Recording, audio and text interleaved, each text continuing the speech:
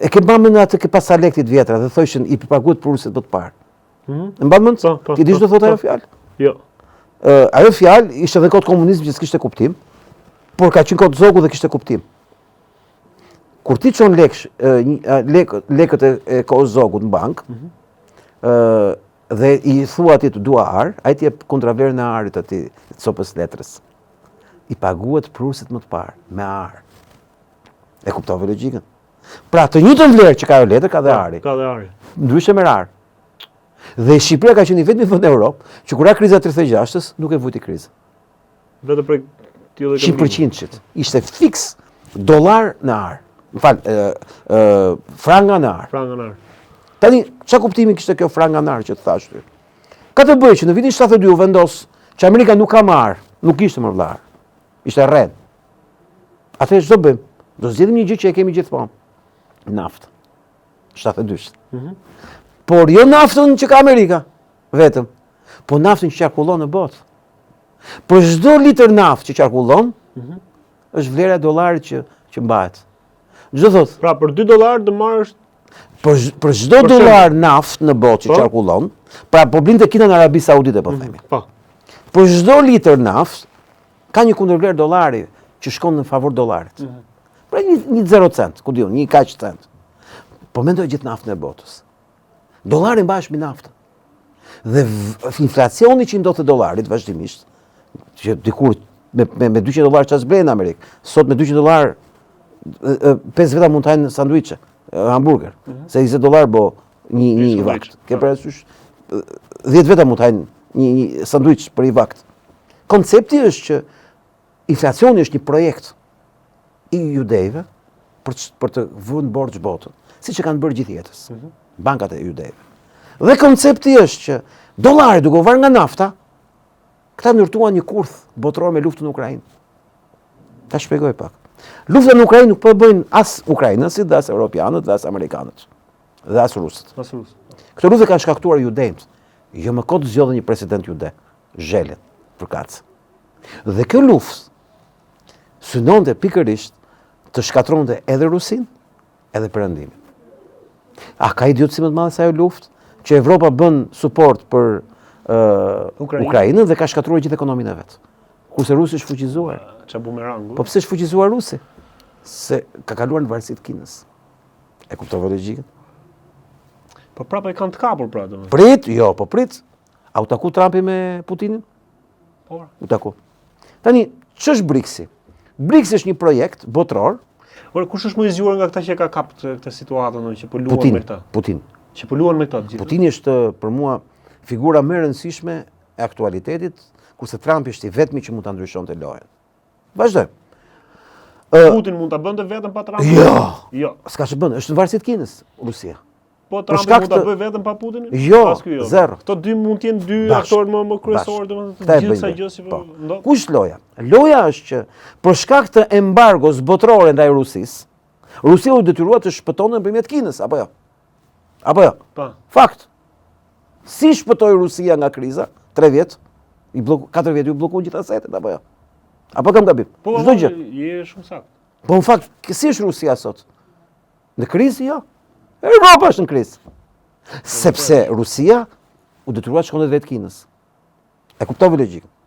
Tani çfarë ndodh? Kina, të gjithë aftësinë e saj konkurruese në botë, e bazon ke kosto e ulët e prodhimit, apo jo? Po kush është një nga elementet më të forta të kostos së uljes së Kinës?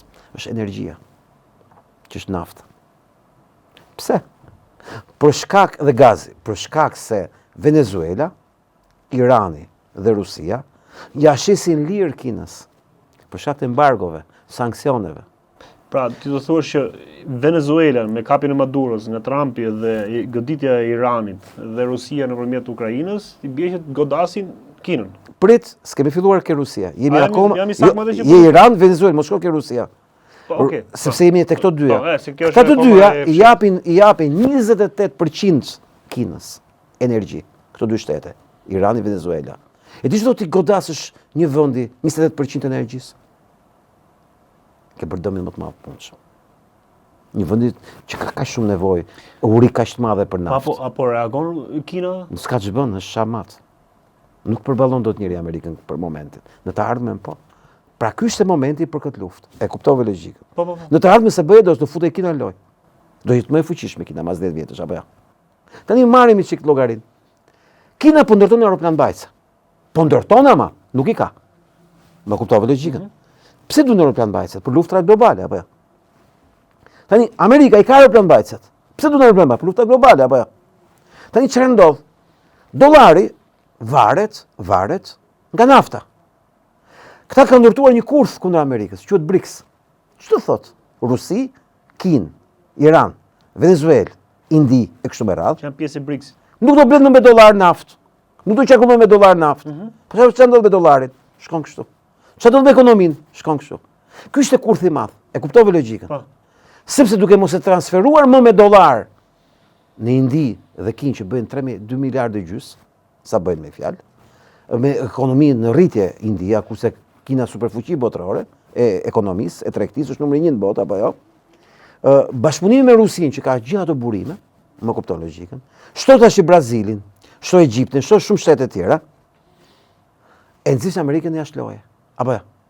Për shkak të dollarit dhe naftës. Po. Amerika po godet ata që po e fusin në grop dollarin, Kinën. Pse? Këtu është teza e Trumpit, prapë se është përfshirë në këtë gjë për Po të shpjegoj Amerikën, e mbaron punë me Izraelin. Po pra. Ata janë djajë që ne e dim çfarë. E dim gjithë atë. Amerika e ka argumentin ligjor të mbijetesës vet dhe po bën luftra për mbijetesë. Pra është duke bashkëpunuar me Izraelin për këtë gjë. I kapur nga Izraeli. I kapur pra, patjetër duke bashkëpunuar. Por Trumpi po realizon një objektiv më të madh që po këta ja kanë bërë. Pra në këtë lojë prapë kemi lojë dy fishe. E kuptove logjikën. Tani çfarë ndodh me dollarin dhe me Kinën dhe me Rusinë? Kush përfiton nga kriza e çmimeve, bllokimi i Venezuelës, bllokimi i Iranit, kush fiton më shumë nga të gjithë? Rusia. Sa do shkojë çmimi i naftës ruse? Do rritet apo jo? A ka kuptim sanksionet e Europës? Zero. Ku do e merrte Europa me çmim të ulët naftë? Rusi. Po gazit, Rusi. E merr do t'jos është sanksione. Atëherë çfarë ndodh me naftën ruse? Dhe me gazin rus? I rritet çmimi. Apo jo. I rritet çmimi çfarë sjell? Negociata çmimi. Kjo është gjeopolitik. Ti bën biznes me një vend, merresh vesh, jep e merr.